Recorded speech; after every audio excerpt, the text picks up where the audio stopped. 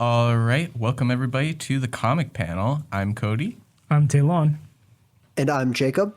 And today we are going to be discussing the event comic Absolute Carnage, written by Donny Cates, penciled by Ryan Stegman, inked by issues 4 and 5, inked by Jay Leiston, and Ryan Stegman for also issue 5.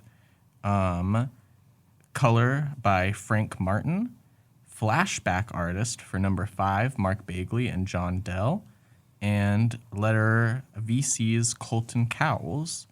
Cover art by Ryan Stegman and Frank Martin for the Free Comic Book Day 2019. And and Ryan Stegman, J.P. Meyer, and Frank Martin for issues 1 through 5 on the rest of the cover art. Man, when you say J.P. Meyer, just think J.P. Morgan. No, not related because they have different last names. Yes. Just also. I don't think they could be less related between the world of banking and the world of comic artistry. Mm-hmm. Yeah, I think JP is actually a pretty common abbreviation of like John Paul. Oh, I did not. Yeah.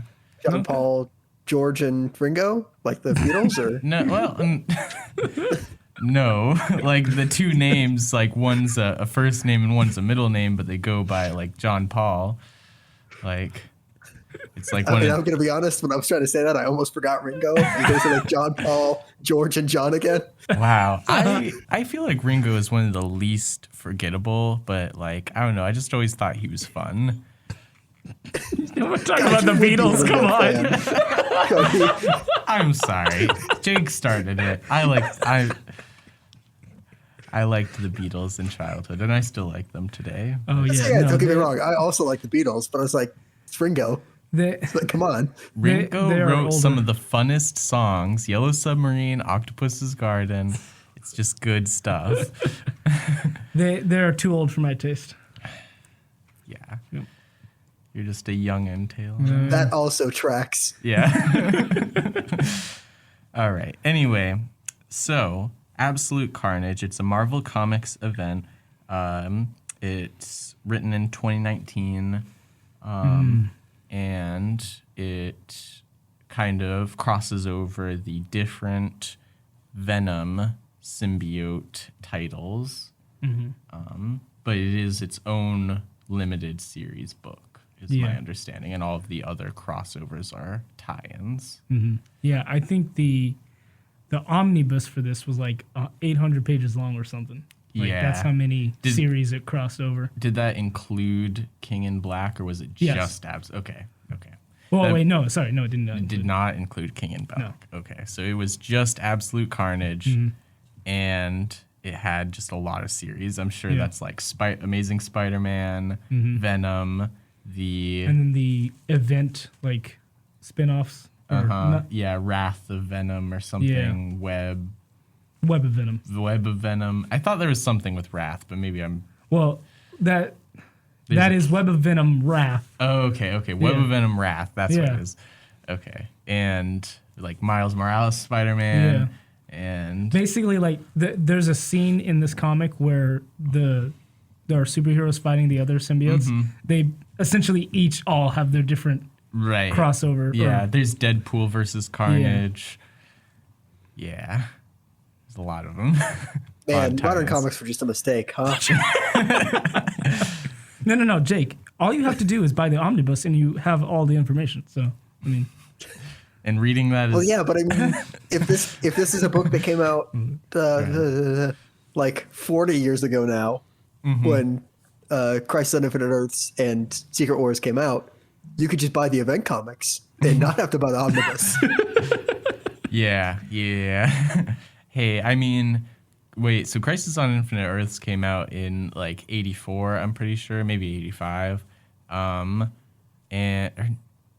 actually I'm wrong. It was 1980. Watchmen was 84. Anyway, but I think Mutant Massacre, which was the first Marvel comic crossover that had a bunch of tie-ins like that, it's like definitely like mid 80s. I don't actually know the year. But so like they basically went right into this. Immediately jumped the shark. Okay. Yeah.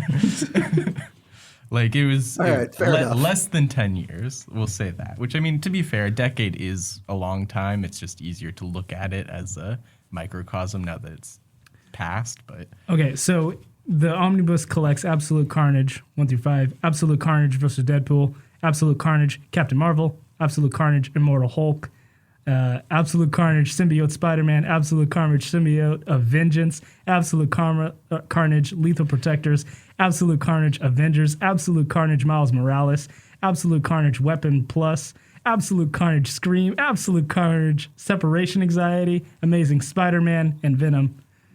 So yeah, that's a lot. So unless I miscounted, that's 14 like Something different like that, yeah. series that just kind of tossed an issue or two out there. Now, get this. Most of them are actually just one issue.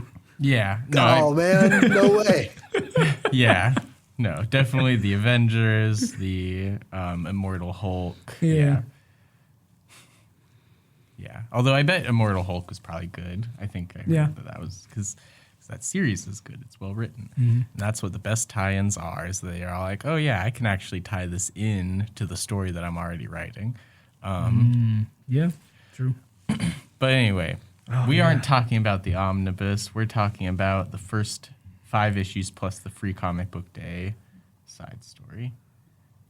Or all 5 issues. I said first 5 issues, but the total 5 issues. I'm not aware of the side story. Oh, it was at the beginning, the free comic book day. Oh, okay. Yeah. I gotcha. Okay. Yeah. Yeah. Which also, yeah, I guess, well, no, I'll get into that later. Dang it. Go ahead, Talon. Let's stay on our structure a little bit better.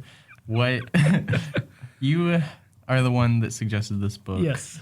Tell us a little bit about it and why you picked it. Yeah. So for last week after the show, me, Cody, and Shuenta went to our local comic shop for that $1 bagged comics. Yes. Yep. Yeah. It was it was a sale. Gotcha. And so at that sale, I picked up Web of Venom. It looks like Wraith, because there's an eye there. Yeah, Web of Venom, Wraith. And so in that, it featured Knull, which is the symbiote god. Mm-hmm. And I was just like, I want to know who Knull is. So I was like, or I guess there was, I finished it, and I think they made reference to King in Black, and I was just like, I know Knull is also references King in Black. So I was like, I want to read that. And I was like, I also got to pick a comic book for the show this week. So I was like, okay, King in Black. And then I was like, or I could read Absolute Carnage and then King in Black. Mm-hmm. And so I was like, yeah, that sounds like a plan. So just chose Absolute Carnage because that was the, I guess, introduction of Knull.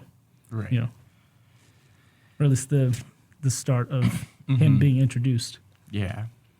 And so, and I had roughly been aware of King in Black, like on the periphery. So. Right, yeah. It's like, it gets a lot of like, ooh, look at this. Like, I don't know. That's the thing about this whole Donny Cates Venom run is that like it has so much lore. Yeah. So it's like, it's very easy to like kind of almost get sucked in. It's like, I want to know more about that lore. Yeah. And I think the very first thing that I remember about this was them talking about like Venom introducing the idea of there's a symbiote god and then Venom having wings. Mm-hmm. Like I remember that specifically. And I was like, that's weird. Yeah. So wait, actually, before we lose everybody who's listening right now, go ahead and say a little bit about what this book is about, though. Yes. So, Absolute Carnage, basically, Carnage shows up and just causes mayhem. Yeah. So, like, also, like, if you haven't seen like maybe the movie Venom, Let There Be Carnage or something like that, or you're not familiar with the character because obviously started in the comics, he's a living. Well, gosh, how do you explain the symbiotes? So symbiotes introduced when Spider-Man in what is it? Secret Wars. Secret Wars, right? Yeah. And so started off as like really awesome, thing to have. Turns out it was an alien. Yeah, it's an alien goo that like covers your body. Yep. And enhances your powers, but it's a symbiote, so it also feeds off of you. Yeah. And it's a living thing. Yeah. Yeah. And so there's a story where Spider-Man doesn't want the symbiote anymore. I don't actually know how it happens in the comics. I've just seen the TV shows and how that happens. I was gonna say I know it from the cartoon. Yeah. Like the various iterations of cartoon, but Yeah. Right, I mean the bell is important. That happens in Spider-Man 3 too. Gotcha. Yeah. All right. So Spider-Man gets the suit off, and then it finds its way to Eddie Brock, and he becomes Venom. Yeah. And Eddie Brock is a disgruntled reporter who hates Peter Parker. Yep. Or photographer, excuse me. Yeah. Yeah. Disgruntled photographer. Yep. And so, I think he figures out that Peter Parker is Spider-Man. Yeah. The symbiote, because it had like a link with Spider-Man's brain, basically it could tell him all of Peter Parker's like secrets and whatever. Yeah. And so Venom finds himself in the same cell as Cletus Cassidy, who is a very dangerous serial killer. This comic says like possibly the worst. I'm not entirely certain if that's like an official title.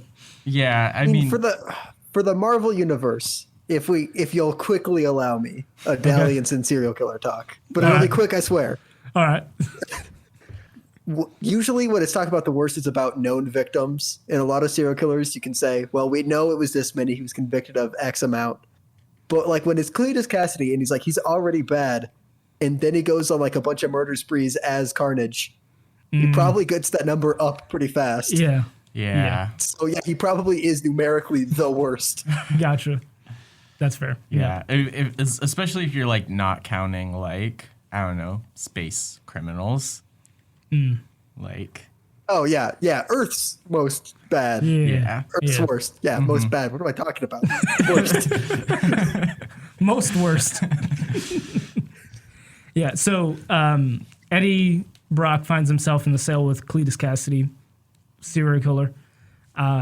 He escapes and leaves behind a little bit of the symbiote, but apparently, and it bonds with Cletus to become Carnage. Yeah. And so in the comics, the Carnage symbiote is referred to as the child or the offspring of Venom.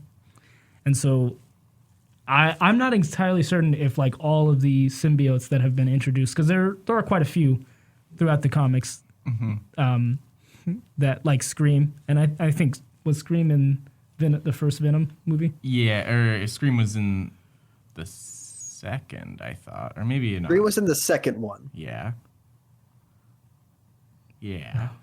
I'm thinking of the symbiote I thought was called Scream. That was the character that, I guess it doesn't matter. Yeah. There have been many introductions of symbiotes throughout the Marvel comics. Yeah, many. They became very popular in the 90s and continued to be popular. Yeah.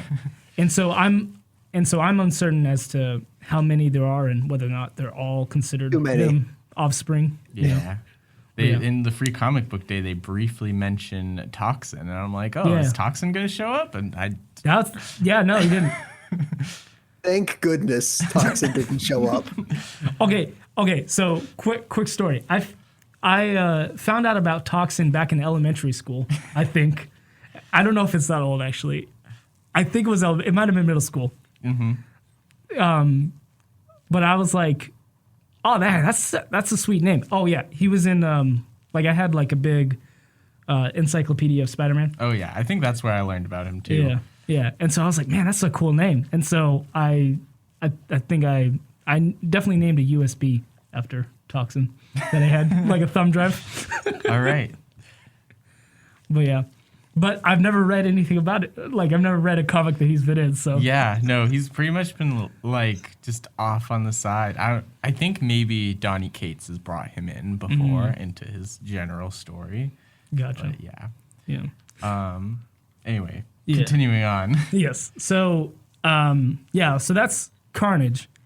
And essentially, like, before this, like, a little bit before this story starts, Cletus dies somehow. Not Yeah. sure.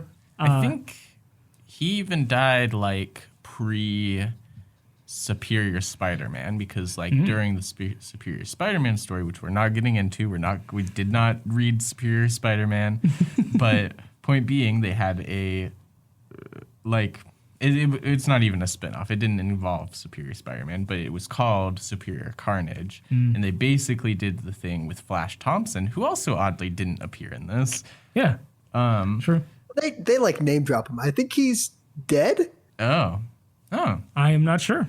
yeah. This also happens after Red Goblin, where I want to say he died. Oh, yeah. I haven't read that either. Spoilers. I have not heard that. No, hold on. No, Cody, you definitely read this. No, I did not read Amazing Spider-Man 800. I read Amazing Spider-Man 700, but I basically have not read much further. No, because I remember the discussion, because there was the headline. It's like somebody from Amazing Spider-Man #1 died when 800 came out, and you were upset because I made a joke about whether or not the people from high school showed up in Amazing Spider-Man #1, and I secondhand spoiled who died for you. I remember that conversation. I don't remember that conversation. I remember part of that conversation, but not the important part. It was too dramatic for him. So yeah, Flash Thompson's like dead or whatever, because Norman Osborn as Red Goblin, which is Green Goblin with the Carnage symbiote. Oh. I want to say blows him up. Also, worth noting, Flash Thompson wore the symbiote and became Agent Venom. Yes. Oh gosh, this is all important information, which is why this comic is. Anyway. Boy, this comic is one of the comics we've ever read. Yeah. Yes. Yeah, indeed. So anyway, stepping back, before the Red Goblin story was Superior Carnage, which had a very similar, like, basically the U.S. government, I think, was all like, yeah, we're going to take somebody who's paralyzed beneath the waist and give them the Carnage symbiote. But I think he was like also already like a mad scientist or something. Or maybe he that's did. good. Maybe he did it to himself. I can't remember. But yeah, and so he wasn't. It's kind of interesting actually that, like, in this story, which we'll get to a little bit more later, that Norman Osborn like believed himself to be Cletus Cassidy because like the Superior Carnage or whatever, he was like pretty different, he was his own person kind of, but I mean still like serial killer, bad, but didn't believe himself to be Cletus Cassidy. So yeah, anyway, that was one of the hosts. I'm not sure why I brought that up anymore. Because you were saying that Cletus Cassidy died. Oh, yeah. That's why. And they had the Carnage symbiote. And so that's like, he died before that. So I think probably like one of the Carnage miniseries that they've done before this, like Carnage USA or something, he probably died. Ah, yes, Carnage USA. I didn't actually read that all the way through, but anyway. So yeah, Cletus Cassidy is dead. But then somehow he is brought back to life, kind of. And he, in this comic book, part of the free comic book day version is he shows up and is impersonating Eddie Brock. And so then he wreaks havoc there. And then starting of this series of Absolute Carnage #1, people are looking for Eddie because they think that he killed a bunch of people in prison. Killed a bunch of people in prison, which is where Carnage showed up at. Yeah. And so he's trying to keep his... Is that really where I want to start off? This is one of those comics. Yeah. Okay, actually, no. So basically, Carnage's goal is to. Okay, so whenever a symbiote infects a host, it leaves behind a piece of itself in their DNA. Mm-hmm. And in this comic, it's called a codex.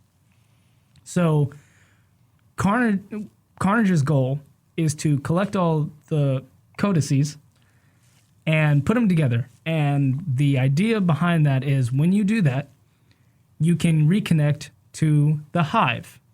Now, the hive is what is like basically like all the information that the symbiotes have on each of their hosts, like is all collected there. And that's how they like communicate information. Yeah. And it's also where the Knull, or where Knull is trapped. Knull being the god of the symbiotes. Right. He's the one that created the symbiotes. Yep. And as they refer to him, he was there before anything was there, which honestly, in Marvel Comics, isn't that a lot of people? So I'm like, yeah. The list continues to grow about people who were there before anything. Yeah. I mean, which is part of why I never really bought Knull as like the antagonist, because like he's like every generic like thing you can attribute to a villain to make him seem like he's a stronger villain. Mm-hmm. Yeah. I feel like I know like next to nothing about Knull other than what was in this comic. Yeah. It's like he created the symbiotes and he was there before anything and he created the necrosword. That's just a symbiote thing, apparently. Oh, so wait. Never mind. That's a tangent. So, like, we don't need to get into that. Knull checks all the boxes of like kind of making a bad antagonist where it's like, oh yeah, he's this super strong bad guy who's nobody ever heard before. Mm-hmm. And he created that cool thing. And all the stuff that Gore did in the comics, it's all because of the necrosword, which is because Knull did it. And it's like, that just like that doesn't help Knull, and it kind of ruins Gore. Mm-hmm. Now, to note, Gore, I wasn't going to mention it before, but now you mentioned it. Gore is the main antagonist in Thor: Love and Thunder. Yeah. Also, the antagonist in I don't even know what the name of the arc is, but it's like when he's doing God Butcher things, killing gods around. Yeah, Thor God Butcher. Well, it's not Thor the God Butcher because yeah, it's the God Butcher story arc in the Mighty Thor. Yeah, yeah. Man, this comic. I mean, we'll talk about it, but I don't like it. So that's Carnage's goal. To collect all the codices, to connect to the hive, to wake Knull up. Yes. So when you connect to the hive, you can wake the god up. Yeah, and Knull will then destroy the universe, basically. Mm-hmm. And so that's like Carnage. His big thing is, pure destruction and chaos. And so that's what... Absolute Carnage. Sure, yes. As the name of the book implies. Thank you. Yeah, and so in this comic, it features most heavily Eddie Brock and his son / brother. Nope, that's not how you want to say that. Sorry, his brother / Nope, still not right. His son, who he is telling him, like, his son believes he is his brother, not his actual son. Yeah. So. Because Eddie is afraid to tell his son that he is his son. He's his father. Yeah, he's... I meant... Yeah. Eddie is afraid to tell Dylan that Dylan is his son. Yes. So he tells Dylan that he is his brother. So, so it features those two, and then also Peter Parker as Spider-Man. And they're just trying to stop Carnage any way they can. Their first idea is to, I guess, I don't know if it's their first idea, but the idea that they go with is to extract the codices from all the hosts that wore a symbiote. that they can, get on Earth. And so, they do that. Yeah, basically they find a way to, like, as soon as they can, like, get all of the people. Spider-Man goes for all of the hero people. Yeah. Like, there's actually a lot more heroes who have, like, canonically worn the symbiote than I guess I would have guessed. Yeah. Like Captain America, Wolverine, and The Thing. Mm-hmm. Yeah, I want to say that was in Carnage USA. Oh. At least Wolverine and Cap, I'm pretty sure. That tracks then. I kind of remember that because I'm pretty sure I read that story. I just remember bits and pieces, though. It was a long time ago. Yeah, that's fair. Yeah. But yeah, so Spider-Man goes to track down all of those people. I'm sure that's probably part of the Amazing Spider-Man tie-in that we did not read. Yeah. Eddie goes and basically tries to track down all of the more criminal people who have worn it. Yep. So he goes and finds, like, Scorpion. Matt Gargan. Who was Venom during the Dark Avengers phase. Now, was that the first character who ever wore the symbiote that wasn't Spider-Man or Eddie Brock or Cletus? No, I think there's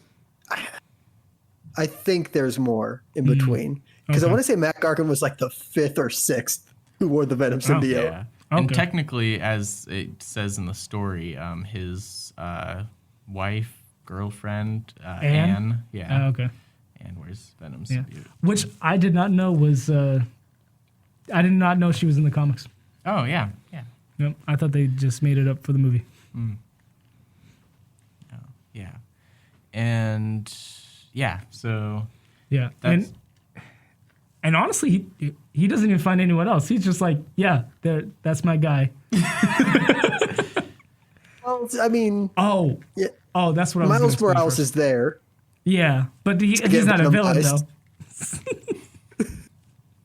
Yeah, basically, Venom, Eddie Brock, he ends up getting help from Miles Morales, but then Miles gets turned into a Carnage. Oh, and then we need to explain that. Yeah. So Carnage has the... Okay, so Carnage is alive now, but he's like powers enhanced, new powers of a god, as they say. And so he has the ability to turn other people into, like, Carnage minions. And so, yeah. Sorry, I just imagined the Despicable Me minions. It's Carnage. I can see it. Yeah, that's fun. So actually... Nightmare fuel. So when they figured out that they needed to extract the codices, essentially they were like, we need to take out the biggest player that we know has had the symbiote. Take out meaning, like, get rid of the codex. So they go to, what's his name? Norman Osborn. And so that's after the Red Goblin story. Right. And so he's thinking he's Cletus Cassidy. I don't know how that happened, but, doesn't matter. Yeah. And so they go to get him out. Apparently John Jameson is the security guard there who lets him in. Yeah. And then Carnage just disrupts their plan. Did not go according at all. He's like, I mean, he keeps saying, like, I'm everywhere, and, like, he's not wrong, and I don't know how exactly, but he really is. Like, he just infiltrates everywhere, which also, that's another thing, too, that we didn't really touch on, is, like, is Carnage the only one that's able to, like, use the symbiote to, like, basically, like, clayface his identity? Like, I believe so. Okay. Although, to be fair, I only know of Venom, so I don't... Well, I mean, I guess, yeah, Venom can't do that. Because I remember, at least in the cartoon, the symbiote could change Peter Parker's clothes. Yeah. I don't know if it could change who he was, though. but Carnage apparently can do that. He looked like Eddie Brock in the beginning. He did that multiple times. That was like his main. Yeah. I will say, so if anyone has ever seen Spider-Man Unlimited, Carnage looked like that. Like a weird skeleton? Yeah. Do you disagree? Carnage in this comic? It's been either long enough or I've never seen that part of Spider-Man Unlimited. Oh, okay. I don't know. I'm not sure if I completely agree with you, but also it has been a long time. Gotcha. As far as I remember, he really only shows up in the first episode. Yeah, I mean, no, they're bigger antagonists than that, but that doesn't matter. Doesn't matter. Anyway, so basically Carnage infects, or, Norman Osborn, and he becomes a Carnage minion. And so then their plan is to get everyone else who has been affected and get rid of the codices in them. Yeah, and it becomes pretty clear that Carnage, after that point where he gets Norman Osborn, is like, let them group up all of the people that they want to unlace the codex from their DNA, and then I'll get all of them all at the same time instead of tracking them down one by one. Let them track them down. Yeah. From what we say, and also, incredibly convenient machine. Yes. That the maker just happened to have. Right. That does the exact job they need. Okay. So also, the maker's around. Yeah. So this is how I understand they are trying to explain the maker and how he made the machine. Mm-hmm. He somehow, it seems like to me, he can know the future and know that he had this conversation. And so he started working on it before it because he knew that it was going to happen. No, I think that he's just such a genius. Oh, okay. Yeah. I was going to say, I don't know enough about the maker to say that isn't what happened. But No. I thought the maker was just evil Reed Richards. Yes, he's actually Ultimate Universe Reed Richards. No way. Yes. That is awesome. That's what they mean when they say he's younger. He's the ultimate Nice. 1610. Yeah, 1610. There you go. Nice. Yeah. So that Ultimate Comics, Yes. you guys remember that? Yeah. Yeah, that's it. Once again, That's you're great. making us read an Ultimate comic. Hey, Alon, you can't keep getting away with this. Hey, to be fair, I did not know that he was in this comic. Yeah, because who would have thought that the maker was going to show Nope. up? Yeah. Not I. And also, why is the maker... we'd have to get too deep Yeah. into Marvel canon to explain why the maker is there. It's But he's because there. It's because he survived Secret Wars 2015. Well, yes, but I thought it was just Miles Morales who did that. No, because he was the maker was the one that made the raft for the Ultimate Universe. Which is different than the prison, the raft. Yes. I mean, it's A literal raft. like a life raft, yeah. Okay. Anyway. Yeah. So they extract all the codices from all the people, and then Carnage shows up as Eddie Brock, and Carnage up to this point is like, I wonder what this boy means to you, this boy being Dylan. And so Spider-Man is having a conversation with him, and that's where he drops in like, hey, you should tell Dylan that he's your son. And then Eddie Brock shows up and he's like, what are you doing? And that's how Carnage finds out, and he just wreaks havoc on the facility where they're trying to extract all the codices. Mm-hmm. And so they just go out all out war. Yeah, and then also the Venom symbiote, which I don't think we've really clarified, surprisingly, in this episode. Not only is the symbiote alive, but it's very it has a distinct personality from its wearer. So Eddie has conversations with it, And it's basically all like, it learned a strong sense of responsibility from Spider-Man, I think. Maybe an overbearing one. He's basically like, I have to take care, and to be clear, this is the symbiote talking. I have to take care of Carnage because it's my spawn. So if you're too weak to like go after it and kill Carnage, I'll find somebody who's strong enough. And he does. He latches on to Bruce Banner, who's the one that's running the Maker's machine. After the Maker left. Yeah, because basically he's a villain. Long story short. Yeah. To sum it all up. And then, and so Bruce Banner turns into the Hulk, and then the Venom symbiote riding the Hulk fights Carnage. It doesn't work out for him. Yeah. And he gets absorbed into Carnage. And also, not only that, but Carnage is very excited about that because when, like, basically the Hulk's power is kind of, like, unlimited, basically, and once he's reconnected to the Hive, then he will have, like, basically the power of the Hulk. Gotcha, I didn't know that. Yeah.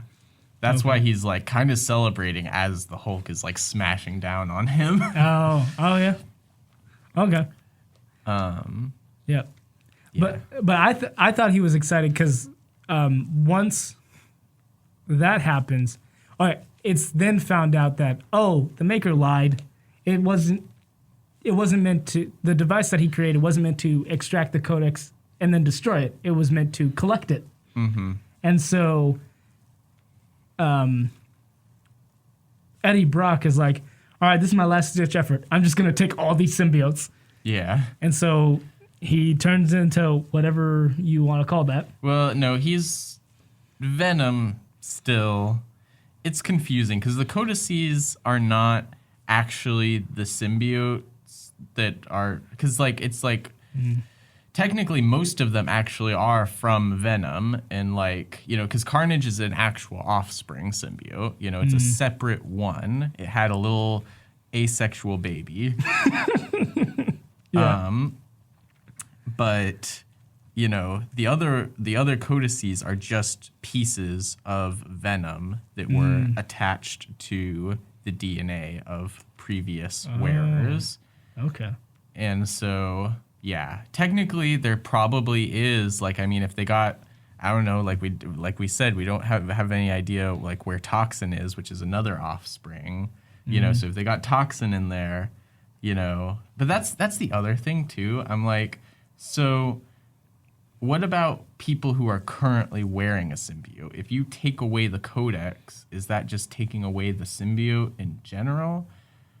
That was an unanswered question that I still don't know the answer to. Gotcha. But anyway, bringing it back around to what I'm trying to say is that most of the symbiote codex pieces are just pieces of Venom. And so that's why basically, even though Carnage eventually absorbs the Venom symbiote from Hulk, and he gets to wear this cool little crown thing, I guess, that's made out of black symbiote. Venom, or Eddie still gets to be Venom out of the pieces of the codex. Gotcha. And with it, he basically, well, no, he doesn't get, the next part is him connecting to the Hive. Because he's able to destroy Carnage somehow. Not destroy, but like absorb him somehow. Oh, because it's the end of the comic. Right. It has to be. Oh, okay.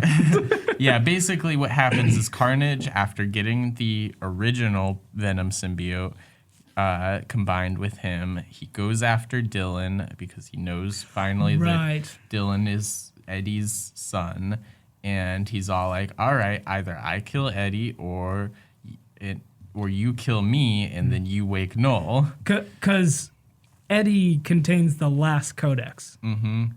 Because his mom, Anne, right, did wear the symbiote. No, not you said Eddie. Dylan contains the last codex. Sorry. Dylan contains the last codex because his mom, Anne, wore the symbiote, but transferred the codex. Yeah, transferred the codex to Dylan. Mm-hmm. I assume when she gave birth to him. Right. Which, sure. Yeah, it's comic science. Why not?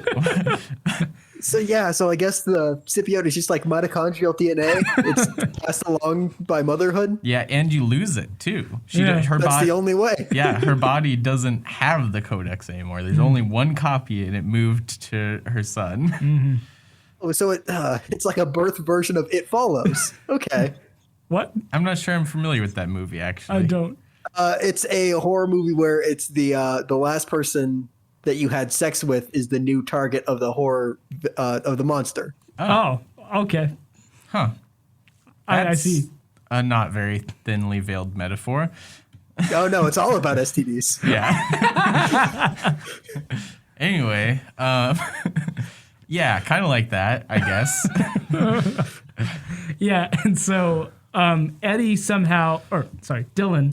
somehow has some kind of symbiote-related powers all of a sudden. And just explodes the symbiote. Yeah, he explodes Norman Osborn's symbiote. Right, yes. And so then that's when Venom, Eddie as Venom, absorbs the symbiote from Carnage. Mm-hmm. Yeah, he kills him with a sword in his very exposed spine. Mm-hmm. Yeah. And so that seems like an obvious weak point. Yeah. And so then Venom is like, sorry, bro, I can't stop it. He's waking up. Yeah. And then we see him wake up. And then is that the end? Basically, Spider-Man's like, is everything good? And Eddie's all like, yes. Yeah. Yeah, sure. Yeah. It's probably fine. Oh man. Yeah. So, yeah, basically that's the story. It's confusing. If you're still listening, thank you. It's a lot.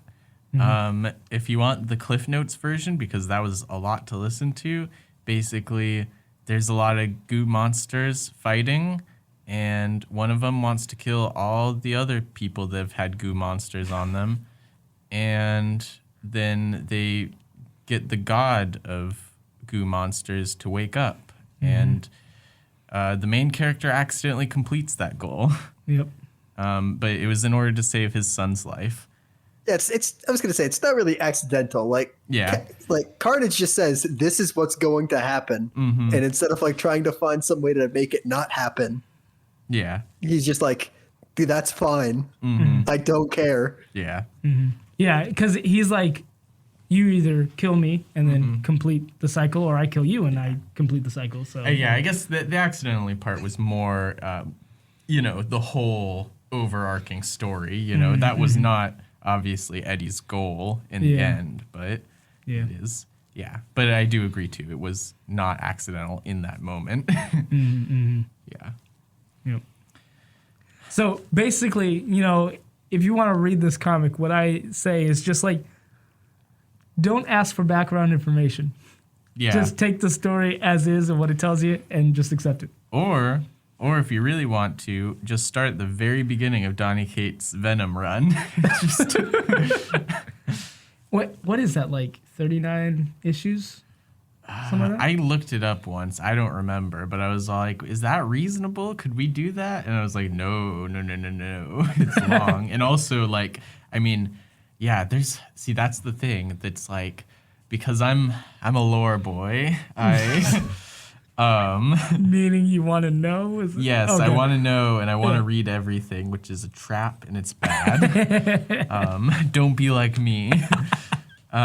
Because, there's Donny Cates' whole Venom run, but there's also when he joined the Guardians of the Galaxy and learned more about the symbiotes in space and grew wings and stuff like that and had a sword. Oh, is that how that happened? Okay. Yeah. I didn't realize it was in Well, that might have. With, it was one or the other stories, but I think they overlapped.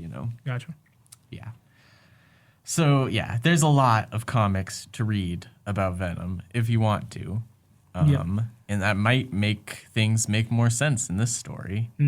Or you could, honestly, like, and you noted this about, when I was considering which comic to read, like you were saying, like this encapsulates all other appearances of Carnage or something that. Yeah.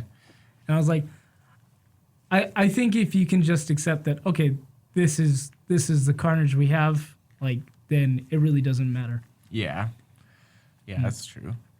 It's definitely like, I mean, Cates is a decent writer, and so like there's kind of like a way, superhero comics have been doing this for a while, so they know how to like link in previous story beats, through, I'm going to say, natural enough dialogue. It's not like, like, hey, this thing happened. And it's like, why are you mentioning that? It feels, I think, I'm going to say, Natural-ish. I mean, it's the problem of Venom was introduced 40 years ago. And every time, well, not every time. When was Carnage's first appearance? It was later, certainly. I mean, I would think 80s, 90s. Yeah, he was definitely late 80s, I'm going to say. So, I feel like, all right, and stop me if you think I'm wrong. Ever since they figured out, like, you can make a character cool if we throw a symbiote on them. We've seen just like an exponential growth of the number of characters who've been exposed to symbiotes for at least a little bit. Yeah. Yeah. So like it's just too many, and like trying to rope that all in, especially when it's like even in like the main comic, which is what we read, like we only see, I guess we see more of them in like a splash page, but we only get dialogue from like 5 total. Yeah. No, it just feels like kind of a missed opportunity. I don't know. It's still negative, but like it's okay, cool in concept. Where it's like, I want this thing that has happened to like a bunch of characters, especially a bunch of Spider-Man characters, to be important in this story, and that's admirable enough. Even though that probably wasn't like Donny Cates' idea, it was probably a Marvel publishing thing, but. It's cool enough, but it's just that like, man, they really want a bunch of mileage out of these kids, and I don't care about these kids. Especially because one of them's called Normie. How am I supposed to take that seriously? Normie is the grandson of Norman Osborn. Yeah. What else would Harry call his kid? You're right. You're right, and I hate it. Okay. Quick question. This is a tangent, but I remember a story with like some kind of like goblin woman. Like, yes, there have been women goblins. I'm just saying, is that Gwen? I don't know if I remember that correctly, but basically the person who had Harry's child. No. Okay. No and no. Okay. Both wrong. What's happening is you're combining two different stories. Okay. Yeah. Okay. It's like, yes, there was a woman who was pregnant, I want to say with Harry's kid, who was on goblin serum. Right. But that wasn't Gwen Stacy. Okay. Who had a relationship with Norman before she died.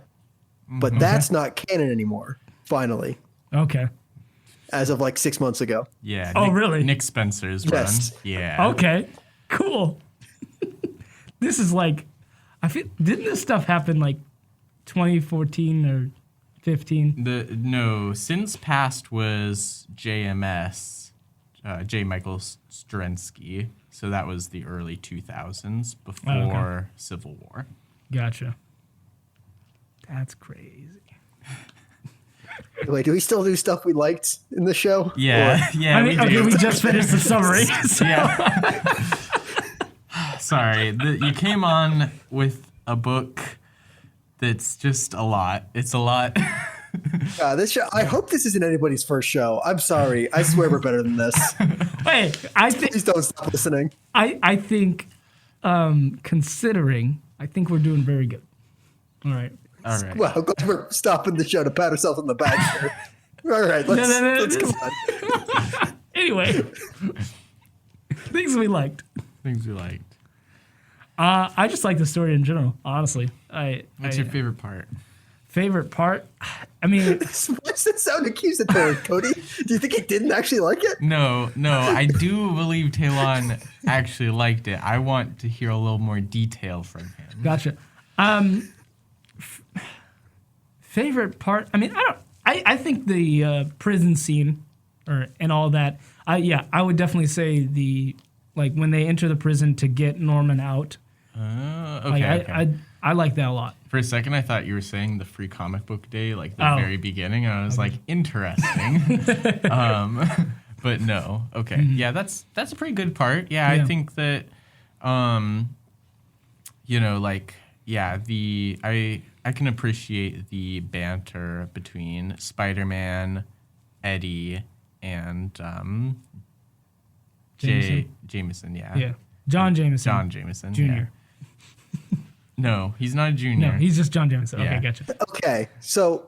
because right, Jonah Jameson. Okay, Yeah. J. Jonah Jameson. Gotcha. This is going to sound crazy to people who don't know comics.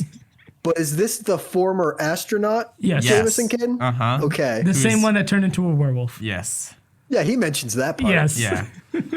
So, what's the career path from astronaut to werewolf to prison guard? Well, considering the fact that he turned into a werewolf and was probably trapped on the moon for some time, I feel like he couldn't get a job at NASA or astronaut. So Yeah, I mean, also we have to consider the timeline of the Marvel Universe and the fact that, was he an astronaut in the space race in the 60s? Do we, there's... But I'm going to go on record and say, I want NASA to hire our astronauts back, even if they are werewolves. Yeah. I think that John, after briefly being a superhero himself, also... as the werewolf? Maybe.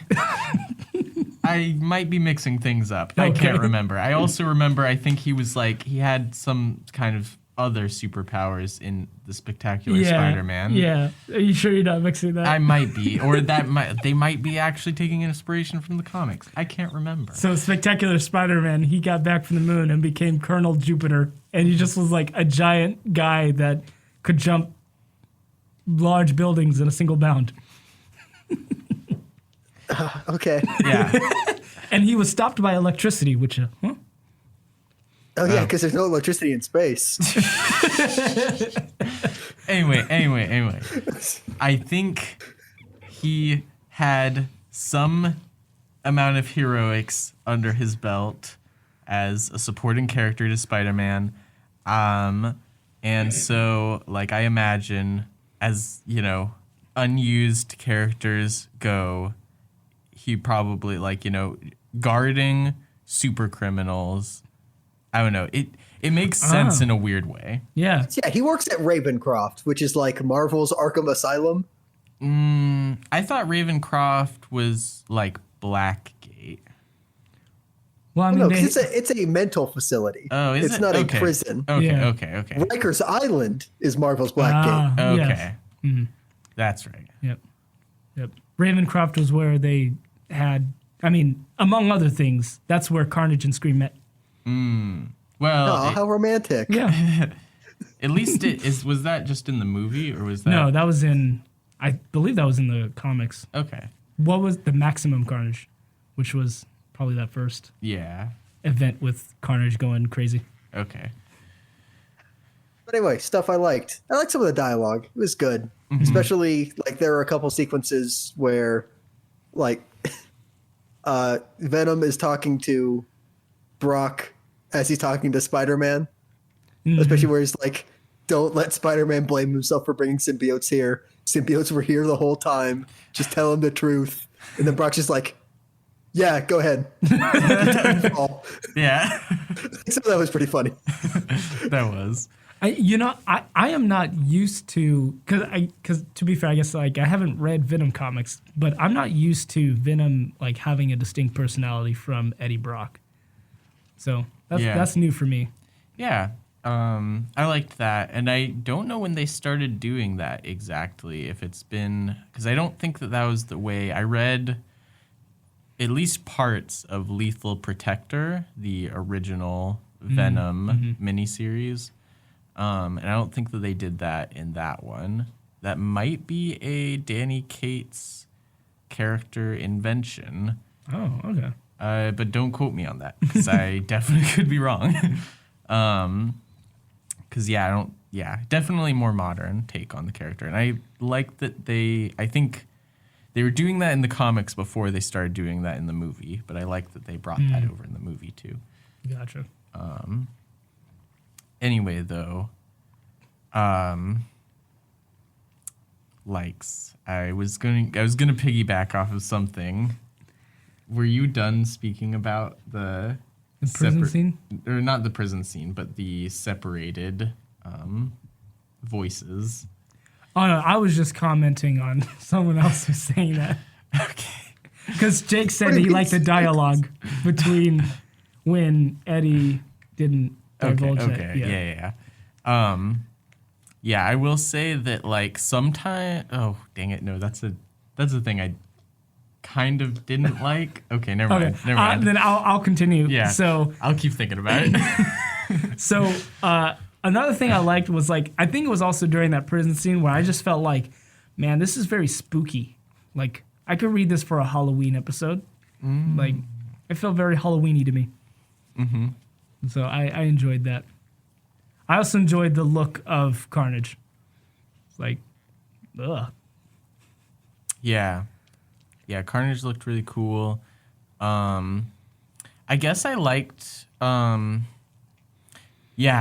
This is really just what Jake said already, but I really liked the kind of the drama between Eddie and the symbiote. You know, like they have very different goals and different feelings about things, and like I mean, we start this story off, and Eddie Brock thinks that he just doesn't have the symbiote anymore. Like they, for lack of a better word, broke up. You know. Yep. And so like then, but basically the symbiote's been like following him. And so like when he's about to get hit by a train because Carnage pushed him and Dylan into the tracks of the train, he just like, you know, basically shields him. Yeah. Man, that train scene looked epic. When he stopped the train, I was like, ooh. It's also horribly injured, probably dozens on that train car. Yeah. Yeah. Yeah. Yeah, absolutely. Oh, no. Coincidentally, there was no one on that train car. But yeah, trains in New York are like always empty. Nobody ever rides those. Yeah. It was late at night, you know? No. There was at least... It's still New York City. Yeah. It doesn't matter what the city that never sleeps, unless that's some other city. Yeah, there was like at least 7 people waiting to get on that train, and we only got it from like one angle. There definitely could have been people behind, or, you know, on the other side of Eddie. Mm-hmm. Yeah. And then everybody else is late because you got to get somebody in to to get that train off the tracks. Yep. Venom just ruined. I don't mean to sound like J. Jonah Jameson here, but Venom just ruined the commute of dozens of New Yorkers. Yeah.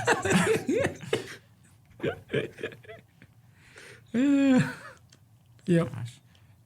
You know, I like to think that maybe the Marvel Universe, you know, they have like a lot better working conditions and like just like, you know, time off, you know, for like, you know, alien disasters and supervillain disasters and stuff. Like, it's, yeah, I'm just going to decide that it's utopian rather than dystopian. Gotcha.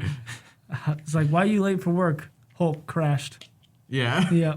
Okay, that's a reasonable excuse. Actually, there are some depictions where they're like, that's ridiculous. Get out of here. where it's like superhero disasters or, like Commonplace enough that they're like... or not commonplace. Oh, not commonplace. Yeah. Okay. Huh. Interesting. I find that hard to believe. But anyway, Gotcha. moving on to like just with the general discussion. Mm-hmm. Yeah, I think that it was well paced. I felt like, and I was interested to continue reading.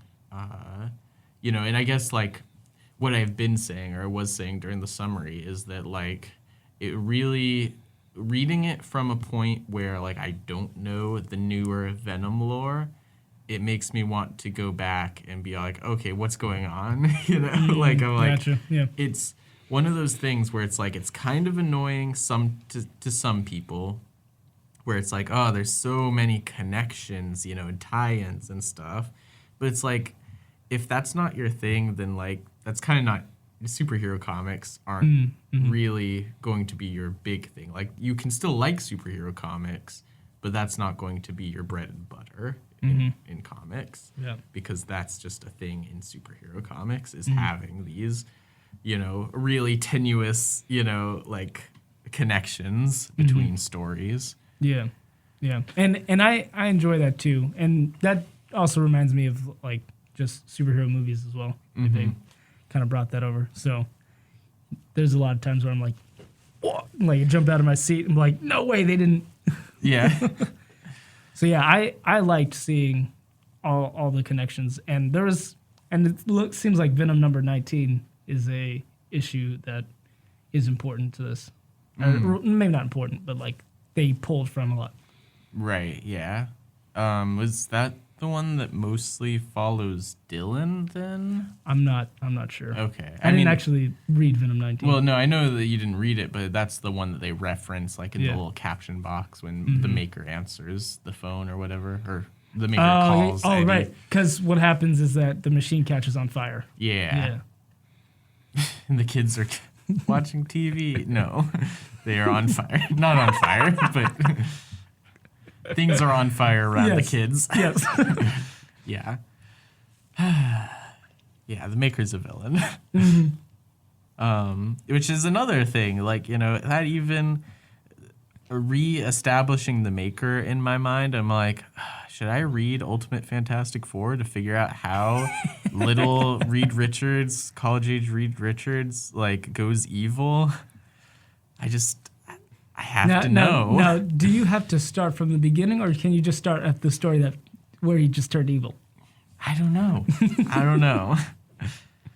But yeah, I want to read, Venom. I want to read the Guardians of the Galaxy. I want to read War of the Realms. That apparently was actually the Venom tie-in for War of the Realms was surprisingly important. Apparently, really? Yeah. So because right at the beginning it says like their breakup is caused because the Venom symbiote was messing with Eddie's memories, which is pretty dire. Yeah. When it comes down to it. Yeah. Gotcha. Yeah, their relationship not healthy, not good. It's not goals. It's not good. The parasite that's living in Eddie Brock isn't like a relationship goal. Yeah. I mean, there's because of the movie and the further popularization of the character. I'll tell you, not that I go looking for it either, but there's a lot of fan fiction out there. Good disclaimer. Yeah. Yeah, no, I just see it like, people talking about it on Twitter and TikTok. Mm-hmm. It's a popular one, apparently. Gotcha. Anyway. Another thing I liked, which is vaguely off of the dialogue thing I also liked, there's like a long speech at the beginning of like issue 2 or 3 where like the page is like close in on Cletus Cassidy as Carnage, and it's got like boxes that kind of like take away the mask and show like how like his face is rotting off. Yeah. But, like all the dialogue is about like straight out of like a metal album where it's talking about like rivers of blood and like gonna kill a bunch of people and like on a throne of skulls. It's just straight out of a metal album. It's great. Yeah. Yeah, that was pretty cool. Yeah, I think that sometimes Carnage, like I actually, yeah, one thing that I liked too was like, so as we mentioned, Norman Osborn thinks that he is Cletus Cassidy, because the symbiote like broke his brain, and but he is acting a lot more like Cletus Cassidy from the 90s, early Cletus Cassidy. And the current one is like much more like, I don't know, planning and like conniving, and like he's like, just shut up, Norman. Like, and I think that that's like kind of funny. Like, it's like basically like being annoyed by your younger self or your like almost a younger brother or something. Yeah. Like, I thought that was kind of a funny thing to do. Which, like, yeah, weird comic to have so much humor in, almost. If you think about it. Like, literally what Jake was just saying, like, rivers of blood and death and stuff, and it's like, but it was also funny sometimes. Well, I mean, Spider-Man is there. It's not going to not joke. Yeah. And technically, so I'm a little confused about how symbiotes work still. Do you think that basically, does Carnage only have the innate powers that would be given to any human that got a symbiote like fresh? Or does he have some amount of Spider-Man powers because he came from Venom, who came from Spider-Man? I wouldn't worry about it. I I don't know. I already am there, Jake. Okay, I guess does he swing around? No, I don't think so. Gotcha. Unless he wants to. Okay, so like how I remember it when Cletus like Cassidy was like first introduced, like and held that whole thing down, like it bonded with him more. Yeah, than, it blood bonded with him or something. Yeah. Yeah. And so that makes him more intimately connected with the symbiote and have different abilities like shapeshifting. Right. Okay. Yeah. So I guess if another symbiote bonded to a host that way, perhaps. Okay. Yeah, it's confusing with like the hive and the powers and stuff like that. And like, because like, I also feel like they don't say this explicitly in the comic, but I feel like previous hosts' personalities also kind of get a little bit shifted onto the next host. But not like, but I don't know, but Eddie didn't become more personally like Spider-Man. So maybe not. I don't know. Oh, it probably depends on the ability. Yeah. Like, I think Venom, once it's like originally on Eddie Brock, like can kind of like facsimile Spidey sense and also can suppress the Spidey sense from Spider-Man. Right, yeah. The people with the spider sense cannot spider sense each other. Interesting. So yeah, it depends on the abilities. Like there are some innate abilities that it won't be able to reproduce perfectly. Like if you were to get the symbiote that the Hulk had, you would have increased strength just because that's an innate ability of symbiotes, but you would never have Hulk strength. Okay. Yeah, I was kind of like, that is another thing too, I guess I can say I like, it just ties back into like wanting to read more of the things that it ties in. The green, like, basically I've read some of Immortal Hulk, And Carnage is like, oh, I can see a green door, which is a big part of Immortal Hulk. And I'm like, so, like, what does that mean, though? Yeah, okay, gotcha. What does that mean? Like, I thought that, like, because if you go through the green door, you get, like, Hulk powers, basically, like, basically Sasquatch, who, like, also, like, has the green door or something. Is that a Marvel character? Yeah, Oh, he's from Alpha Flight. We read, he was in that Immortal Hulk that we read. Yeah. I don't remember his face very vividly, but yeah, I think he was depowered though, but he was like the scientist that was working to help stop the Hulk. I don't know. Yeah, anyway. I don't like. I remember us reading that, but I don't remember that. Yeah. Anyway, though, I'm like, can Carnage go through the green door? I don't know. I mean, you could, but I don't know if you can. Because this is the other thing. As far as I know, symbiotes are only like. They are not like alive unto themselves. They need a host to be like. To like have like means of interacting with their environment. Mm-hmm. Interesting. So like I don't know if you could Hulkify a symbiote. You could Hulkify whatever the host was, and then it's just got the host or the symbiote as well. Which then also begs the question: why does Knull bother like creating a race of things that need other things to live, especially when there was nothing else when he created them? Interesting. Yeah. Unless the timeline is messed up, which is fair enough. Yeah. Like, we are going to get like third hand. So, also, who can say? You say that, and I think, okay, so if he was there before anything, then how did anything get created? Because he went out and tried to destroy everything. So clearly someone created it outside of his will. Yeah. I'm like, also Galactus. Galactus was from the universe before the universe. The universe Galactus came from have symbiotes? I feel like no. I'm going to say no. Yeah, I'm going to say that it's going to go... So obviously, like, Eternity, Galactus... the Phoenix Force, probably some other people, then Knull.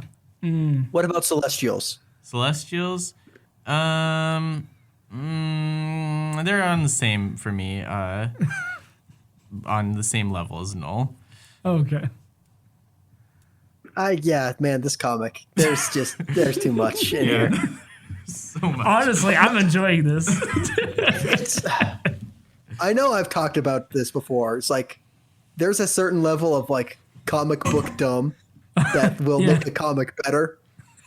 This is just like not like, I don't know if there's not enough or there's too much. Gotcha. But it's not the right amount, whatever it is. Well, that's a perfect segue because we have not started things we don't like. Yeah. So things we don't like. All right. Go. Okay. Hold on.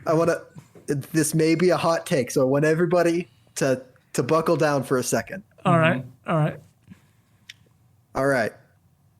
Has enough time passed that we can all agree symbiotes in general, and Venom especially, is a poor antagonist? Because I think so. I'm not sure. Like, antagonist in general? Yeah. Like, any story that Venom is in as a primary antagonist, or a symbiote in general. I'm going to say Venom has effectively transitioned away from being an antagonist. I'm not going to say that symbiotes in general are done for. Now, I will say this. What I really enjoy Venom more as like what happened to him right after Spider-Man got rid of the symbiote. Like, and then him trying to destroy Spider-Man. Like, I'd say I enjoyed that story more. Okay, so you like him more as an antagonist than a hero. Yeah. But at the same time, like, I mean, I don't know, maybe you disagree with this, but he can't really go back to that, without, like, significant, just throwing away stories. That All right, so here's why I say they're bad antagonists. One, because you cannot physically defeat symbiotes. So, like, every fight devolves into Spider-Man's going to punch him really hard, and it's not going to matter. Well, I mean, unless you are dealing with Sonic, Sonic sound. But yeah, that's what I mean. 90% of the fight doesn't matter because Venom is unaffected by any of those physical means. Like, Carnage gets punched by the Hulk in this story. At that point, like, there is no physical means by which you can defeat a symbiote. Okay. Yeah. It's like, except for, and they are harmed by Sonic and fire, except for when they're not, because Carnage is completely unaffected by Sonics and fire. Yeah. For no reason. Just electricity. Yeah. Except for then he isn't, because at the end he gets killed by a sword. That is not electric at all. Yeah. Yeah, because if... Like, the rules change too often. I see what you mean. The rules... The rules change too often, except for the rules that mean 90% of what the hero do doesn't matter. Yeah. Yeah, that's fair. I think... Yeah, and I will say, too, I didn't actually read it, but I know that there was, like, a story a while back ago where, like, basically it turned out that the symbiotes were actually, like, mostly good. I think that the Venom symbiote was, like, on War World and Secret Wars because he was in prison? Yeah, exiled. Yeah. Exiled? Something like that. Right. But, like, for the most part, they're good, and now the Venom symbiote has been reformed. But I thought that their whole goal was, like, to actually, like, help the universe, which doesn't align with the whole Knull thing that we were just talking about. Well, so with Knull, though, he was trapped by his own making. Like, the symbiotes banded together. Because that's right. Because it was originally thought that the planet of the symbiotes was a planet, but it was actually a prison for Knull. Okay. So basically, what I'm understanding then is symbiotes originally were created to be destructive and bad, but then they were all like, what if we were good? And they rebelled against their creator. I'm assuming. But then one of them was all like, what if I was bad? And then they were like, yeah, no, that's bad. And then they exiled him. And then Spider-Man got on it. And then he was like, actually, what if I was good? Eventually. Is that? Yeah, I don't like symbiotes as antagonists because like the final fight in this like doesn't matter. Okay. Because it's like even though, like, to be fair, a bunch of final fights in comic media don't matter because, like, yes, it's Captain America and Thing and Spider-Man fighting, but they're fighting a bunch of nameless prisoners who are covered in Carnage symbiote. So, like, no amount of those are going to kill any of those heroes. Yeah. Gotcha. I will say, like, I can agree with you from the perspective of a like, anyone else, not Spider-Man, who have no connection with these symbiotes. Because to me, like, what makes Venom, like, I guess, special, if for lack of a better word, is, like, he was connected to Spider-Man, and then Spider-Man got rid of him.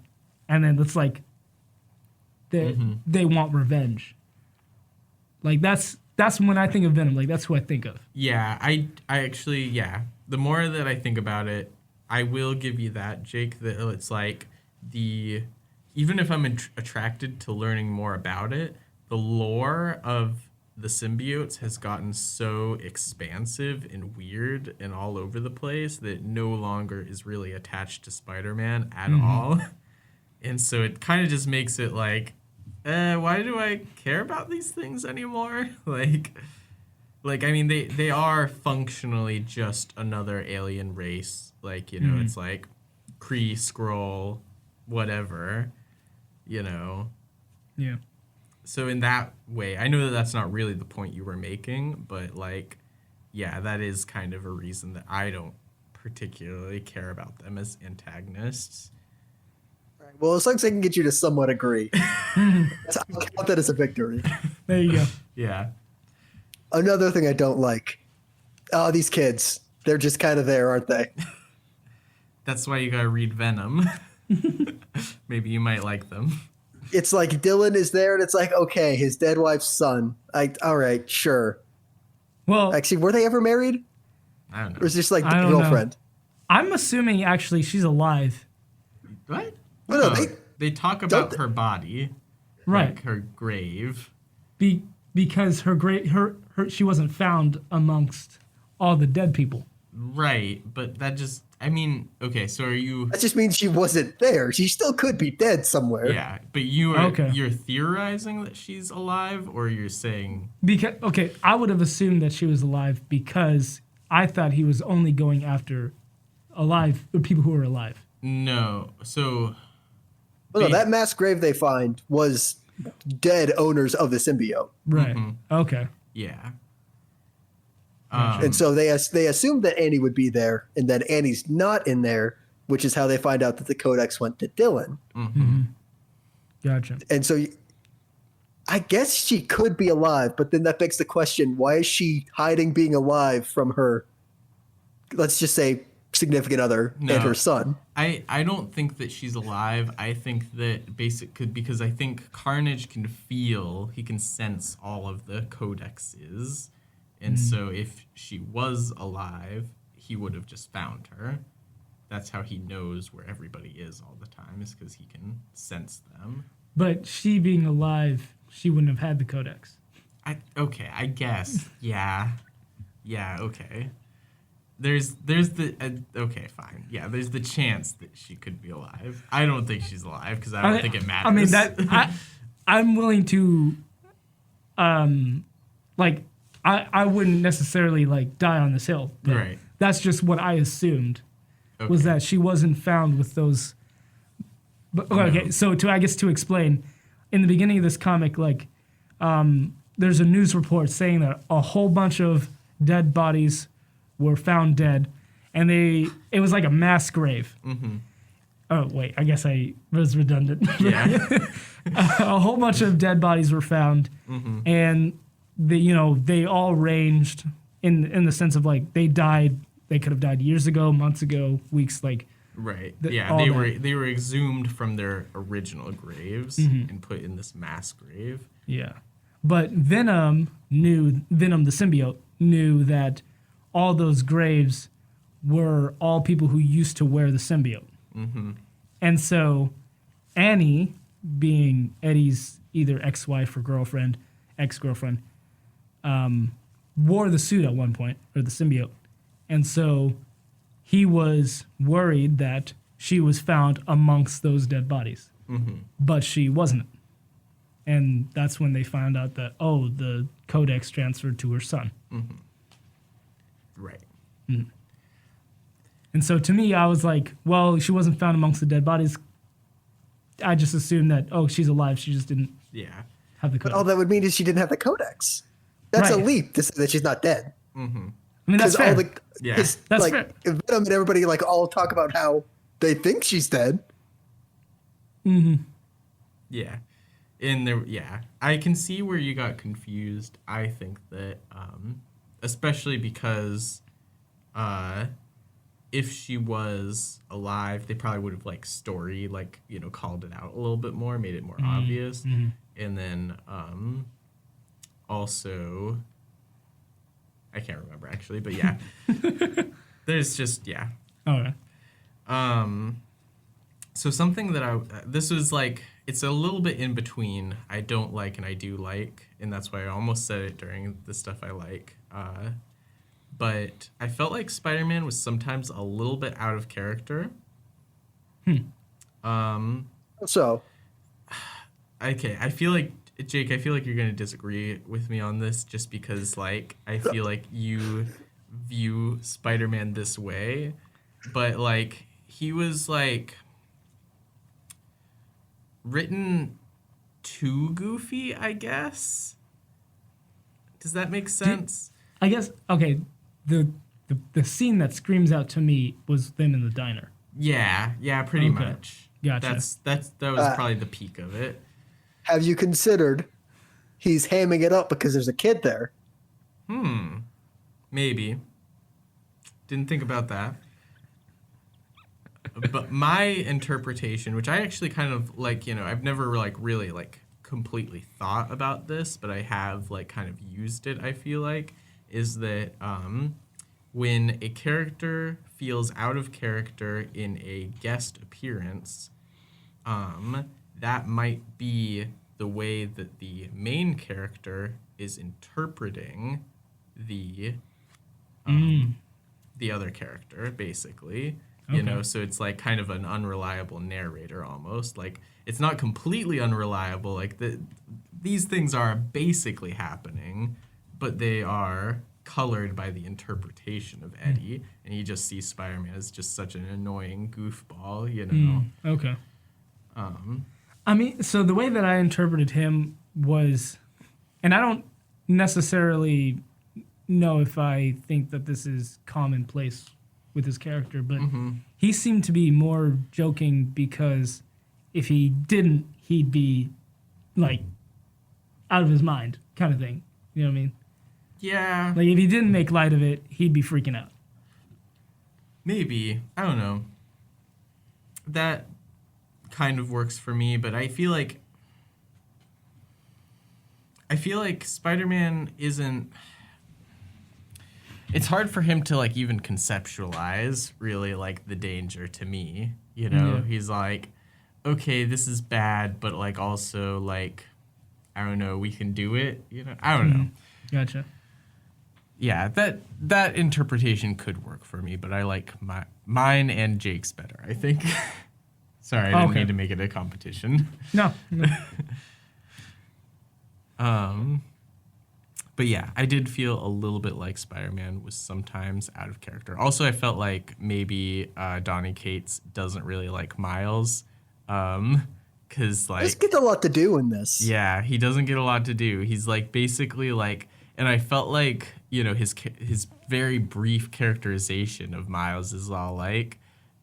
just very limited, like, I have to prove that I can be Spider-Man. I'm like, wow, that's like really just a very baseline interpretation of Miles. Not really working with anything there.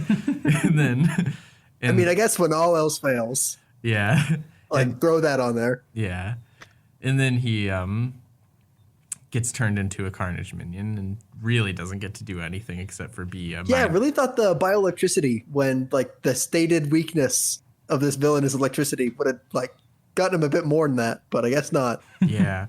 Also, that's fair. Also, on top of But it's like I said, all the weaknesses change just when they need to. Nothing matters.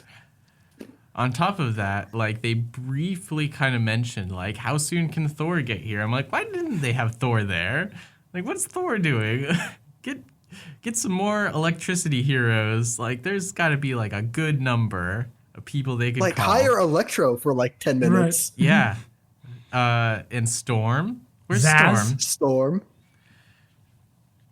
Who? Zaz. Or Zax. Zax? Zax, sorry. Zax? Who's Zax. Who? What? Hulk's... Oh, he's a villain, but Hulk... He's like all electricity. I don't think I recognize that villain. Are you thinking of a Scooby-Doo villain? No.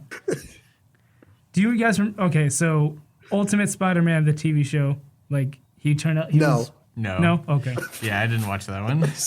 I can't remember how... I think it's with an X. So two A's and an X. Oof. Wow, what a name. Maybe not. Okay. Anyway, I'll find it. Yeah, you don't really have to. It's fine. I think I get the picture. If we spend all day just listing electricity-based heroes, then yeah, we're going to be here all day. Oh, Zax. There you go. I mean, that's what you said. Okay. Yeah. Yellow. For some reason, I was thinking of blue electricity, mostly because gotcha. I know what Jake was talking about with the Scooby-Doo reference, and then also Electro in Amazing Spider-Man. Okay. See, when I think of Electro, I actually think the yellow Electro first. Well, no, I think of the yellow Electro too, but Okay. it was basically those two things that made me think blue. Okay. Gotcha. Yeah. Although he is blue in this one. See, there we go. It's It's the two colors of electricity. it's just how it is. Yeah. So Zax is spelled ZZZAX. Wow. That's ooh. Can I add that to things I don't like? Yeah, I don't like that now. He was introduced in the 70s by Steve Englehart. Good writer. Is he? Yes. Anyway, though, other things I didn't like. Yeah, sometimes like things just like, I mean, we kind of talked about it a little bit. Things just happen, sometimes. Like it's very like, it happens for the plot, it's not. And also sometimes they like, there's parts of the story where it's like, this like connects, but it's like, it's a very surface level connection, like story wise, like kind of metaphor wise. Like there's like, they kind of do the Eddie's son and Venom, or, the symbiotes offspring, but they actually like, I thought that was going to be more subtextual, and then they make it like very clear, like textual. They have a conversation about it. And also it's like not actually that deep either. Like I feel like it maybe could have been more deep if they kept it subtextual, but yeah, it just wasn't a lot of like, which is fine. I'm not saying that this is a big dislike, I guess, because sometimes superhero comics are just there to be superhero comics, but they could have done something with that, and they kind of like almost do it, but then they don't. And so that was disappointing, I guess. They almost do what? The father-son relationship kind of thing. Gotcha. Yeah. And also the whole like, speaking of father-son stuff, the reveal to Dylan that Eddie is his father happens at the end very anticlimactically. He's just like, hey, did that guy just say this? And he's like, yeah. Yeah. Yeah. So yeah, I don't know if there's anything else that I guess one other thing is because I didn't read the tie-ins and I wasn't interested in reading the tie-ins that much, except for some of them, when they brought in like Cloak and Dagger and all of the other heroes that have had like tie-ins, I was like, okay. And also it seemed like they were still drawn in like other people's styles in that. And I was like, and that's okay when it does like the flashes too. But when they are actually there in the environment, I'm like, that was weird and wrong to me. But yeah, so that was just like I was, and then they didn't really even appear in that scene except for that one splash page, and I was like, why are you doing this? So, I'm trying to find that because there are some people that I genuinely don't recognize. Yeah, me neither. There's people I didn't recognize. Like I'm surprised, like even at like the tier of character they got, where it's like, okay, Cloak, Dagger, Deadpool, Iron Fist, sure, but then it's like you're gonna bring Deathlock there. Yeah, and Morbius. I remember Morbius.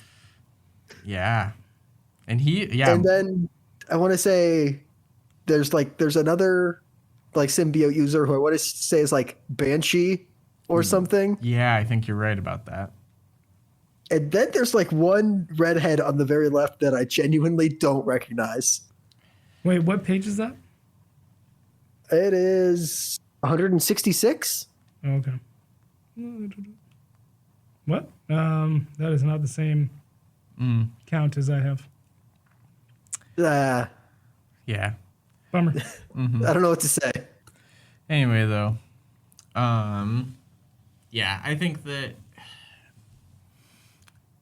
its problems are basically that, like, a lot of it doesn't mean much of anything, you know? Yeah, especially like this is filler. Like for King in Black. Like it is technically important, but like it's only important because this is gonna sound dumb. It's only important because like the story says so. Because like they're not gonna introduce Knull and then not have Knull show up. Right. Yeah. Which maybe that's on me for, like, you know, as Talon said in the very beginning, you know, wondering which one we should read. But I don't know. In your opinion, I guess, Jake, do you feel like it would have been more worthwhile to just read King in Black and not read Absolute Carnage? Or do you feel like, and I don't think you've read King in Black, but like... No, I haven't. Yeah. I would say if King in Black is more conclusive, then I would say, yes, we probably should have just read King in Black. But I don't know that. Gotcha. Okay. Yeah. And I guess to be more fair on me, I didn't know that. I was just like, I felt like there was so much context to get, though. And there's so much context to get in this, too. Yeah, that's something that I meant to say, was that I was confused sometimes, and I was worried about other people being confused, but I myself was confused. Gotcha.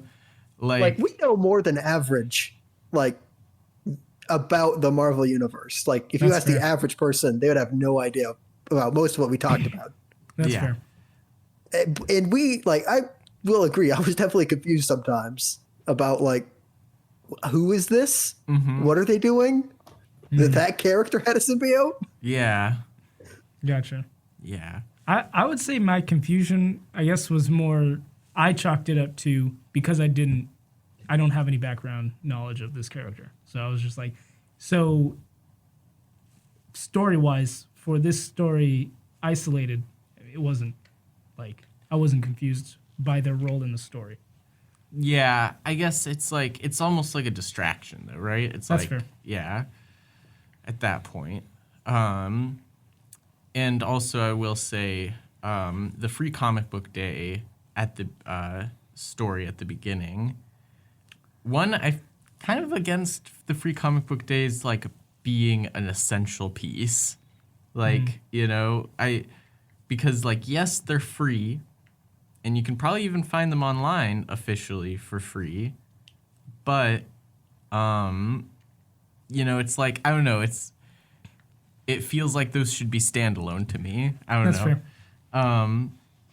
But also, that one I felt like was the beginning of the confusion because I didn't understand that Eddie in that wasn't Eddie, he was Carnage. Okay, I will say, yes, I was confused by that. Yeah. That was my biggest thing. Oh, yeah, that's dumb. Like, I don't like when, like, a deception is just for the audience. Yeah. Okay. Although, like, it is technically for him to get into Ryker's, but then, like, why is he giving us, like, a summary of the story up until now, but also to the cops? Yeah. Yeah. Like, that's kind of dumb. Like, I guess you got to deliver the backstory somehow. Wait, could we say that, you know, Carnage is, I don't know, conceited or something, where he's like, I'm going to tell you my big plan? He's the wrong kind of psychopath for that. Okay, gotcha. Yeah. I don't know. It was just, yeah. I was like... That's something Norman Osborn would do, but not Cletus Cassidy. Okay. Right. Yeah, and that's the thing, yeah. Because, like, yeah, just because it was all, like, a surprise for the audience, I was like, oh, okay, so I guess, even though that's, like, a complete flip of my expectations, I guess... Eddie Brock is actually the host of Carnage and Absolute Carnage and the bad guy, wait, I thought I read some of Absolute Carnage, like one of the tie-ins when it was coming out. That's not how it works. And then read the next issue. Oh, finally, after a little bit more reading, I understand. Gotcha. But it's definitely not even, like, since they did that, I would have wanted them to, like, really spell it out at the beginning of the first issue of the event, like, and I feel like it takes, like, a good couple pages where they're all, like, they introduce Dylan and Eddie and the, like, you know, and then it's all, like, his face flashes on the big Times Square TV, which, what timing, they're in Times Square. Very convenient. Yeah. Anyway, though, yeah, I think that's that confusing element was something I didn't like either. Gotcha.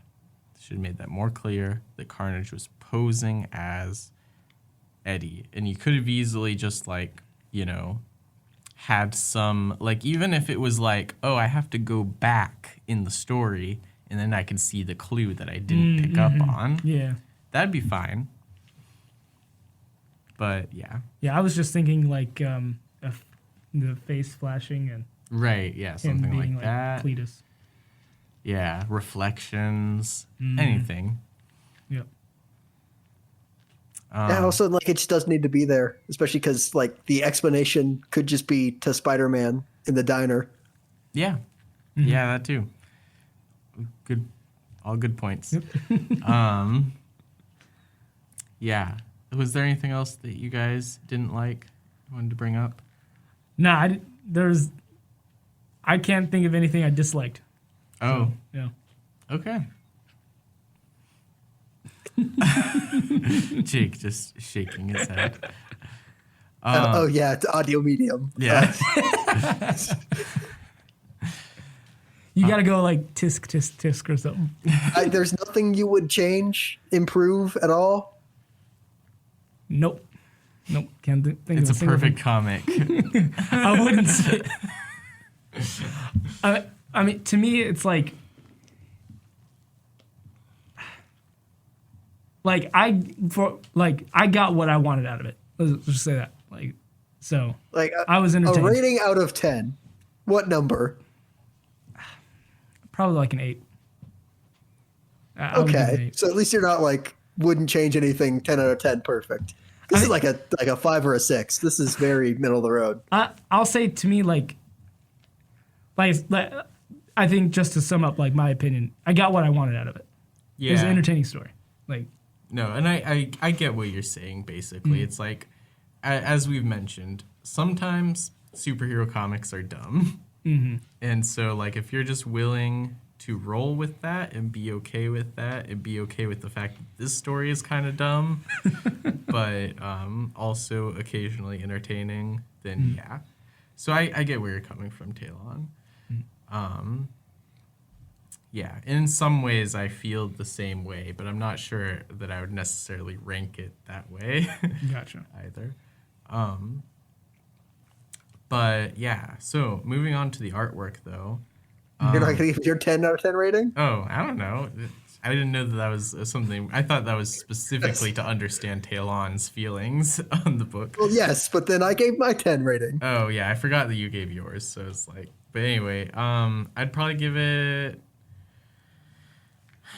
probably a little bit higher than you, but less than Talon. 6 to 7, so 6.5. All right, fair enough. Yeah.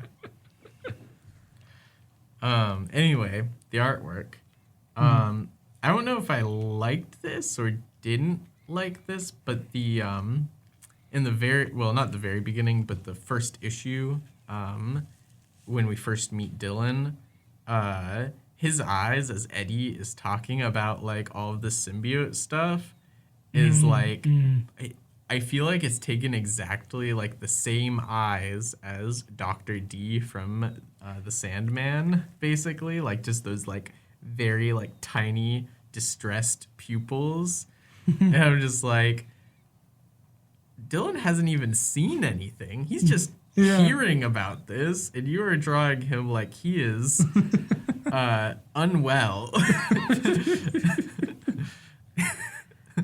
Like, and also he looked a little bit older than it turned out he was. Like, they drew him, younger looking like he's supposed to be. But in that first, I was like, is he like college age? That's what I thought. Or, maybe like an older teenager. So yeah, that was another element that was like kind of confusing to me. But yeah, I mean, I liked stylistically the eyes in that scene.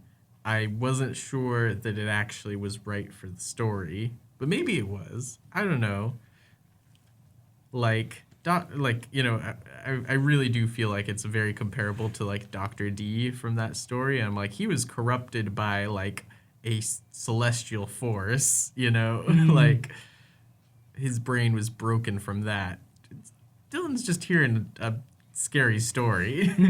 I will say, to piggyback off you, there are some misses when it comes to facial design in this. Like, there's a panel when like they're in the diner, Spider-Man's trying to get Eddie to tell Dylan that Eddie's his dad, and like the way that like the eyes are, like, obviously Spider-Man has expressive eyes, and like we know that's not how like the mask works, right? Because it's just like ostensibly just a cloth mask.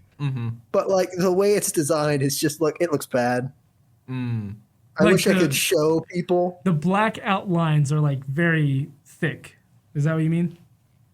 No, it's a very specific panel. Oh, okay. Where like he just tries, like, you gotta tell him, and it's just like he looks so sad and defeated through the mask, but he also looks dumb. Yeah. And then like there's another one where it's like, I get that like Eddie's injured and it's after he's like got the Venom symbiote taken away from him, but like his face just looks kind of goofy because one of them's all like black-eyed up. It's just like, that doesn't look great either. I kind of liked, so I liked the flashback art that was done by Mark Bagley and I can't remember Dell, last name Dell. John Dell. Obviously very reminiscent of, that appearance that it's flashing back to. Wait, and what was it? That was, I think, issue 5, basically the first meeting of Eddie Brock and Cletus Cassidy. Okay. And I liked how like young and like strong Eddie looked in that, and like how like old and rough he looks now. In comparison, it's like it really makes me feel like, his story has progressed, in a way that's like also like seen physically too. Like he's not the same man he was. So yeah, basically, to go back to what you were saying, Jake, I understand maybe like technically the art might not have worked as well, like especially with like the bruising. But I did appreciate that it was like he looked kind of rough. I can understand that. Yep. And my opinion of the art is the same. I mean, okay, to me, it's like, it's standard. So I have no complaints or comments. I guess that's my comment. It looks standard. So. Okay. Kind of average. Yeah. It is definitely like, I think Ryan Stegman does a lot of like really like kind of sharp, angles and stuff, I feel like, which like, works for Venom and Carnage and stuff like that. Yeah, I feel like, in general, his style is good for the story. But yeah, nothing to write home about. Yeah, either in a lot of ways. Yeah. You, Jake, anything else? Yeah, the art's serviceable. Otherwise, it looks like modern comic book art. Which I guess it is because it's 2019. But now I will say I did get a peek at King in Black, and it is very different art style wise. And I don't know if I would have. I disliked it, but I don't know if it was only because I read this first. Was it Ryan Stegman doing it, or was it different? I'd have to check. Okay, I wasn't sure if you knew off the top of your head. Yeah. Oh well, Stegman did have a role in this. Penciler. Yeah. Okay. So maybe just somebody inked differently. Well, it looks a lot of the same people actually. Okay. Weird. Yeah. So I guess if there isn't anything else to talk about the art, I feel like I had something else, but I totally forgot it. So, would you guys read more? Read King in Black? Read the stuff that came before Absolute Carnage? I don't know about, like, I'm more interested in just the stuff surrounding Absolute Carnage. So The tie-ins? I would definitely read the omnibus. Okay. Yeah, and I'm definitely going to read King in Black. Okay. Jake? No. None of it. That's a shame. That's just because I like, other than like the stories about Venom, like immediately either with Spider-Man or trying to get revenge on Spider-Man, I don't care. Well, that's not all his comic is about, I guess. Well, yeah, but I don't care about the symbiotes. Yeah. Okay. Fair. Yeah. You don't care. Like, Yeah. instead of like I understand it's about Venom, but like instead of the fight between like Venom and Carnage at the end, I would have much rather seen more about that fight in the hallway between Peter and Norman Osborn. That sounds like a much cooler fight. Yeah. Okay. I don't care about the fight because like it literally doesn't matter because they both can't beat each other. Yeah. Gotcha. Okay. Unless they can. And they like the only way you'll know that is at the end. Right. Yeah. Like I said, I think I'm definitely interested to know, and I have been for a long time, like all of the weird stuff that has been going on with Venom and like why and how he's changed, you know. I also realized that there's a lot, like there's been Venom little mini events before this, you know.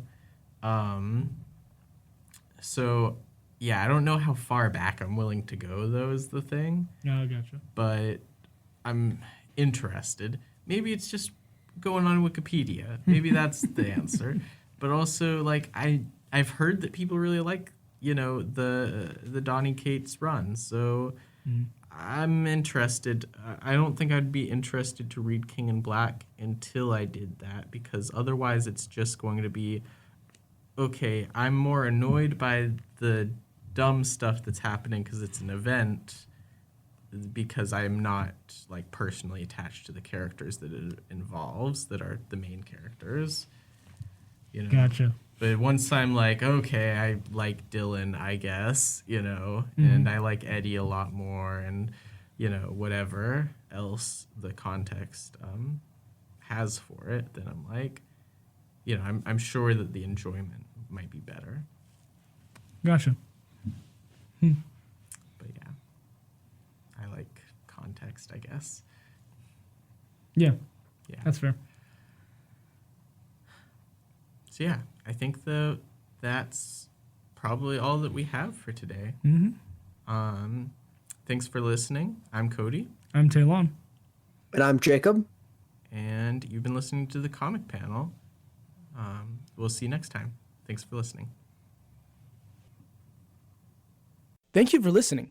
And if you're watching us on YouTube, be sure to like and subscribe, as it helps us out in the YouTube algorithms and helping us being seen by more and more people. And be sure to hit the bell notification so that you won't miss a single video. And if you're listening to us on podcast format, be sure to rate and review our podcast. as that also helps us out in the algorithms and being seen by more and more people. Thank you, and have a blessed day.